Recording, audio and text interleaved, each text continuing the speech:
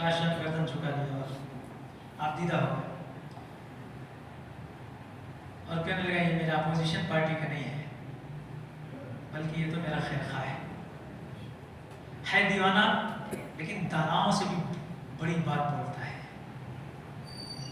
اس کے سامنے کوئی دوسرا نہیں بول سکتا۔ لیکن سیاڈی لوگ تو بادشاہ نے کہا اچھا ٹھیک ہے لیکن تیری نصیحت تو بہت اچھی ہے، سب کچھ ہے، اب تیرے جانے کا ٹائم ہوا ہے، ایک بات میں پوچھتا ہوں، تیرے بارے میں ہمارے لوگوں نے بتایا کہ تو ہمارا اپوزیشن پارٹی کا ہے۔ تو بہلول نے دانا کہا ہاں ہاں تیرے نمک خان چمچے لوگوں نے کہا ہوگا۔ بادشاہ کو ایک دم غصہ چڑھ گیا، کہا اس کی جلد کو لاؤ اور کہا اس کے قبضے کو اتار، حرم سنا میں ادھر سے ادھر اس کو پھراؤ اور لا کر میرے سامنے اس کی گردن کو مار دو۔ اتنی بڑی گستاخی کرتا ہے۔ سارے جتنے وزراء اس وقت آ چکے تھے سب کے سب دیکھ کر ڈر گئے کہ بادشاہ کے محل میں تو یہ روزانہ ہی ہوتا رہتا ہے، آج لگتا ہے بہلول دانا کی بھی خیریت نہیں ہے، اب تو ان کی گردن ماری جائے گی۔ لیکن بہلول دانا بالکل اطمینان سے پھرائے گئے۔ اتنے میں خاص وزیر جو اس کا تھا ہم نشید کا، اس کا نام تھا جعفر برمکی، یحییٰ برمکی، خالد برمکی، جعفر برمکی تھا وزیر۔ وہ آگے اس نے کہا بہلول یہ کیا تمہاری شکل بنی ہوئی ہے، گدھے میں سوار ہو کر ادھر ادھر پھرائے جا رہے، کہنے لگے یہ کون سی بڑی بات ہے، ابھی ایک اور بات ہونے والی ہے، حضور والا کی طرف سے یہ جوڑا مجھے عنایت کیا گیا جو میں پہنا ہوں الٹا سیدھا، اور اس کے علاوہ ابھی میری گردن بھی ماری جانے والی ہے، اس سے بھی بڑا کام ایک اور ہونے والا ہے۔ ہارون رشید نے جب یہ سنا تو کہنے لگا یہ پاگل ہی ہے، ہنسنے لگا۔ جب ہنسنے لگا تو جعفر بھی ہنسنے لگا، سارے وزراء ہنسنے لگے۔ بادشاہ نے کہا اس کو چھوڑ، گردن اس طریقے پر بہلول دانا بچ گئے۔ نیچے اترے، گدھے کی سواری ملی، اس میں بیٹھے چلے آئے۔ ایک آدمی گیا ہوا تھا غلہ پسانے کے واسطے مشین میں، اناج آٹا پیسنے کے لیے گئے تھے، گدھے پلان کے لیے گیا رہا تھا، اس کا گدھا جو ہے جواب دے دیا کہ میں نہیں چل سکتا ہوں، میرے بس کا نہیں ہے وزن لے جانے کو۔ وہ بہلول دانا کا 40-50 سال سے بڑا گہرا دوست تھا۔ کہنے لگا بہلول میرا گدھا جو ہے نا سامان نہیں پہنچا سکتا ہے اس بنیاد پر تمہیں اپنا گدھا دیا نہیں تو میں ذرا لے جا کر کے پہنچا کے واپس کر دوں۔ بہلول دانا جانتے تھے یہ لپاڑیا پرانا ہے، لے کے گیا تو گدھا بھی خراب کر دے گا، پھر لائے گا بھی نہیں، اس لیے ہیلا کیا، گدھا کہیں چلا گیا ہے نہیں، اس کو واسطے میں نہیں دے پاؤں۔ اتنے میں ہاتھ سے گدھا ڈھینچو آواز کرنا شروع کر دیا۔ جب اس نے آواز سنی کہ لگے بہلول تم بھی جھوٹ بول رہے ہو، گدھا تو کہنا میں یہی پہ ہوں اور آپ بول رہے کوئی چل کے چلا گیا اس کو۔ تو بہلول دانا نے کہا میری تیری دوستی کتنے سال سے؟ 40-50 سال سے۔ 40-50 سال سے میری بات پر یقین نہیں آیا، گدھے نے ایک مرتبہ آواز کیا اس کی بات پہ یقین ہو گیا تجھے کہ گدھا یہی پہ؟ تو عقل بھی ویسے ہی تھی کہ بہلول دانا بہت تیز عقل، اس کو جذب کہتے ہیں، اللہ نے دے رکھا ہے، عقل کھول رکھی ہے، باقی اور کوئی نہیں۔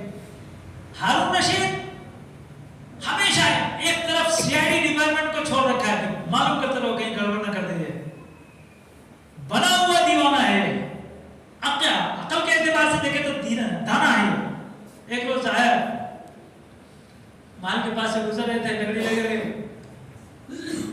بادشاہ نے دیکھا بہلول جا رہا ہے کیا؟ کہنے لگے ہاں، کہنے اچھا ایک رسی ڈالو، بہلول کو اس میں ڈالو، گھسیٹ کو محل کے اندر لے کر، کہنے لگے بہلول ایک بات پوچھو، اللہ کے یہاں پہنچنے کا کیا راستہ ہے؟ اللہ تک پہنچنے کا، جنت تک پہنچنے کا کیا راستہ ہے؟ کہنے لگے کہ